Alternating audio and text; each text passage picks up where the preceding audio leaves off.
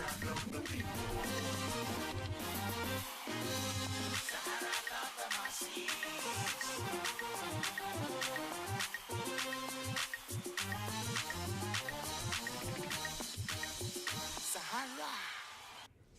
viewers, welcome back to Sahara TV. My name is Adeola Fayeun. Earlier this week, the Oba of Lagos made a statement threatening Igbo people to either vote for Akinwumi, the APC gubernatorial candidate of Lagos State, Akinwumi Ambode, or perish in the lagoon. Now, we want to talk about that. We'd like to do a follow-up, and to discuss that with us today is the Publicity Secretary of Lagos State APC. I'm talking about Mr. Joe Igbokwe. Mr. Joe Igbokwe, welcome to Sahara TV. Thank you, Dola. All right, so the APC has actually disassociated itself from that statement made by the Oba, but yes. Do you think that that's enough? Well, there's nothing we can do for now. You know, this is political season, and people are trying to make political capital out of it. So what we just said is that the Oba of Lagos, even though a very prominent citizen of Lagos State, very important one for that matter, was speaking for himself. He did not speak for either the governor of Lagos State or the national leader of our party, Achiwaju Bola Ahmed Tinubu, or the incoming governor of Lagos State, Akinwumi Ambode, nor did he speak for the chairman of APC Lagos, Chief Oladele Ajomale. He just spoke for himself, and we need to put that in proper perspective. He did not speak for the party because he's not a card-carrying member of the party. He's not an APC member. I see. So, but despite that, though, a lot of Igbo people are demanding for an apology. Do you think that's too much for them to ask for? No, it's not too much. It's not too much. Well, we had it. I saw it. And very unfortunate, but you know, few days to the governorship elections, and our opponent, you know, they are using it as if everything will end on that, and that's why we're distancing ourselves from the Oba of Lagos, from that statement. So I saw the white cap chiefs of Lagos State. They addressed the press. And what they said is that probably people misinterpreted what Kabiyesi said. That's what they told us. So if you say that maybe he was misinterpreted, what do you think he was trying to say?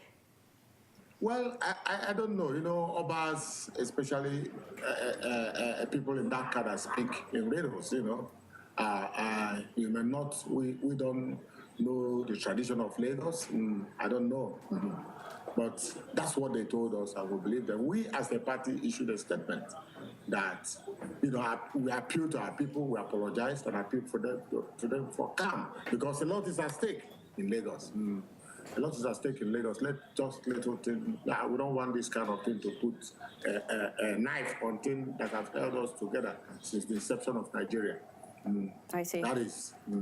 So not long ago, by the way, the First Lady of Nigeria, Mrs. Patience Jonathan, made some statements that APC found really offensive when she said that anybody that talks about change should be stoned. And APC actually took some steps to report her to the ICC.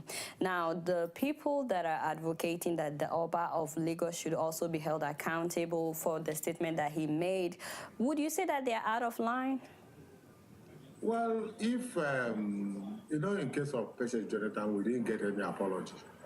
Nobody responded to that. But this one, the whole white capsules of Lagos gathered together. You know, I spoke to somebody today. I said, is it too much for Oba to retract his statement? He said, once an Oba says something, former deputy governor of Lagos State told me, once he says something, that it's only his cabinet members that can respond.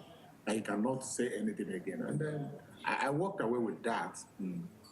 So it's not as if the Oba himself apologized?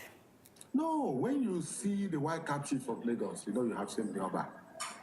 That's the issue. You know that. You know these things now. You're a Southwesterner, so you know these things.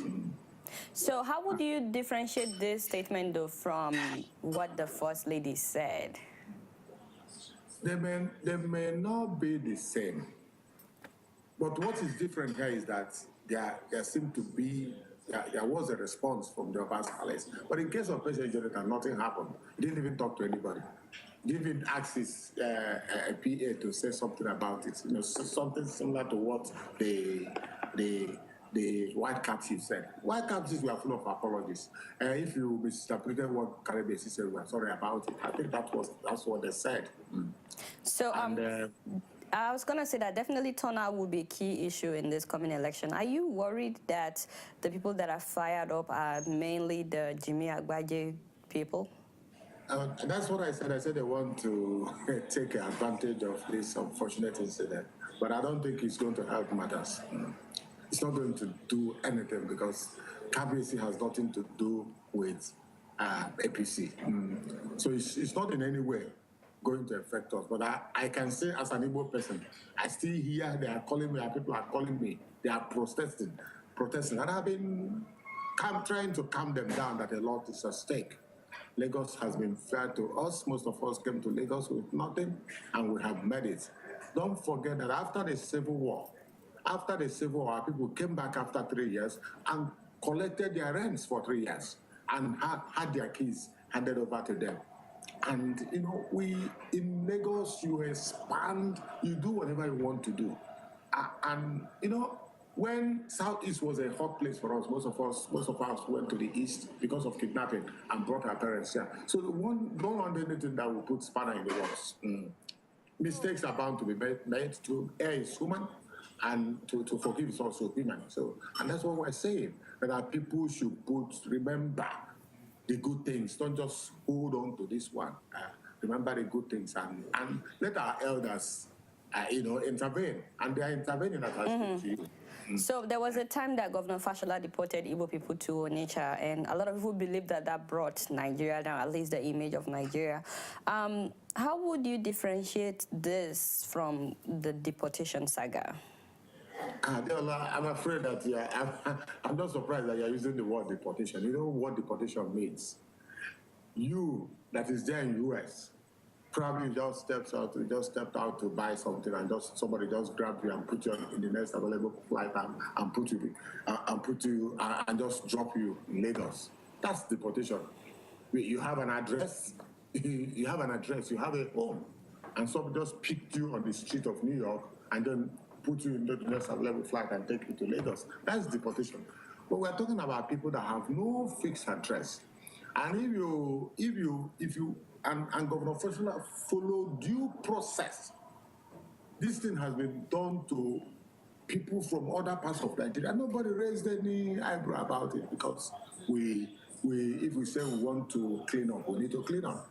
I have been to cities like Dubai several. I have not seen any destitute on the street or anybody. These are people that sleep under the bridges.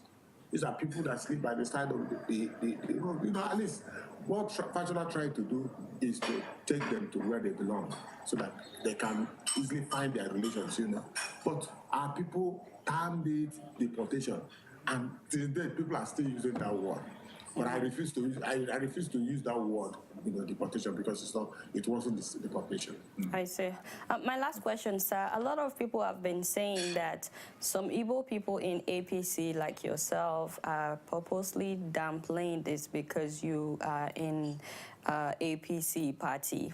How do you defend yourself when people make statements like this, saying that if you were not in APC, probably you would have reacted differently? Okay, let me just tell you that things I will not disclose here. Let me tell you, and I have to be frank with you now. There are certain things our people have been saying in Lagos that's making our host, very angry. And I think that was what informed probably KBC to say what he said. But I'm not going to disclose those things. But I'm just going to give you one. We went to one market, Ladipo, to campaign. And these people threw pure water. My own people threw pure water to the governor's campaign trail for no just cause. And when we left, and when Jimmy Abade came there to campaign, they said he doesn't need to campaign, that he should just go, that they will vote for him. And the cameras captured those things. These are part of the thing, but I'm not trying to justify what Kabesi said, because it's not expected from the person that a man that is privileged to sit in that stool as the Oba of Lagos. But these are, if PDP had won this election in Lagos, they would have used gun to chase us out of Lagos, because we saw the utterances, we saw so many things were at play. Probably OPC would have thrown us out of Lagos and joined with other people too. So yeah, it's just political season. People are just, there are other things I wanted to say, but I won't say it here. I won't say it here because I don't want more trouble. I don't want more controversy. But my people must learn how to talk less and listen more. If you have made if you have made progress, celebrate it with being careful, it not to be a loud mouth and talk anyhow. It can provoke your host community. But there are certain things I won't tell you here for reasons best known to me. I feel like you already answered what I was going to ask next, which is if Igbo people can watch this interview, what would be your message to them? Igbo people of Lagos, Igbo people all over Nigeria. Yesterday I was in a TV program and I was begging them. I said, let's not just use this minor incident to destroy a relationship that have built over 60 years. You see, if out of annoyance you remove your cap and throw it away, the bad man can take it and use it forever. That's the adage I put there. I said, a lot is at stake. We have worked so hard, That's what we're telling our people, because people think, they are asking our people to vote for PDP, vote for PDP. We have worked for almost 40 years to be at the center. For 16 years, we have been humiliated and decimated by PDP. This is the first time we are forming a progressive government in Abuja. And how can we work for these almost 36 years and then you come back to surrender Lagos to PDP because of this minor incident? That's what, because our people, after the presidential election, all our people that voted for Jonathan were coming back in droves. In droves. They are not just coming to vote for APC, they are even coming with money, donations to the party. Now this incident came, and they have been angry. We have been talking to them, I even knelt down to beg them to just forgive and forget, because I won't be a party to anything that will happen to the relationship between Igbo and Yoruba that have existed since the inception of Nigeria. They have been fair to us, they have been very hospitable, very accommodating. They can accept anybody, and they don't care. They don't care. Unlike what we've seen in other parts of Nigeria. Lagos, what our people have in Lagos, what Igbo people have in Lagos, they don't have a quarter of it in Igbo land. They own all the markets, they manage all the markets, and we cannot just throw some of these things out because of this minor incident. Anybody can make mistakes, and I think Kabesi has realized that it was just a statement made, careless statement made, and then the Hawaii Cap chiefs of Lagos have responded, and I think we have to accept that and move on, knowing that a lot is at stake. I continue to use that word, a lot is at stake. And our people must not burn bridges. Let me just all right, thank you so much, must sir. not burn bridges, yes. All right. Thank you so much for joining us today on Sahara TV. You're welcome, Della. All right, people, that has been Mr. Joe Igbokwe, the Publicity Secretary for Lagos State APC, talking about the statement made by the Oba of Lagos this week. Stay tuned, we have much more to come.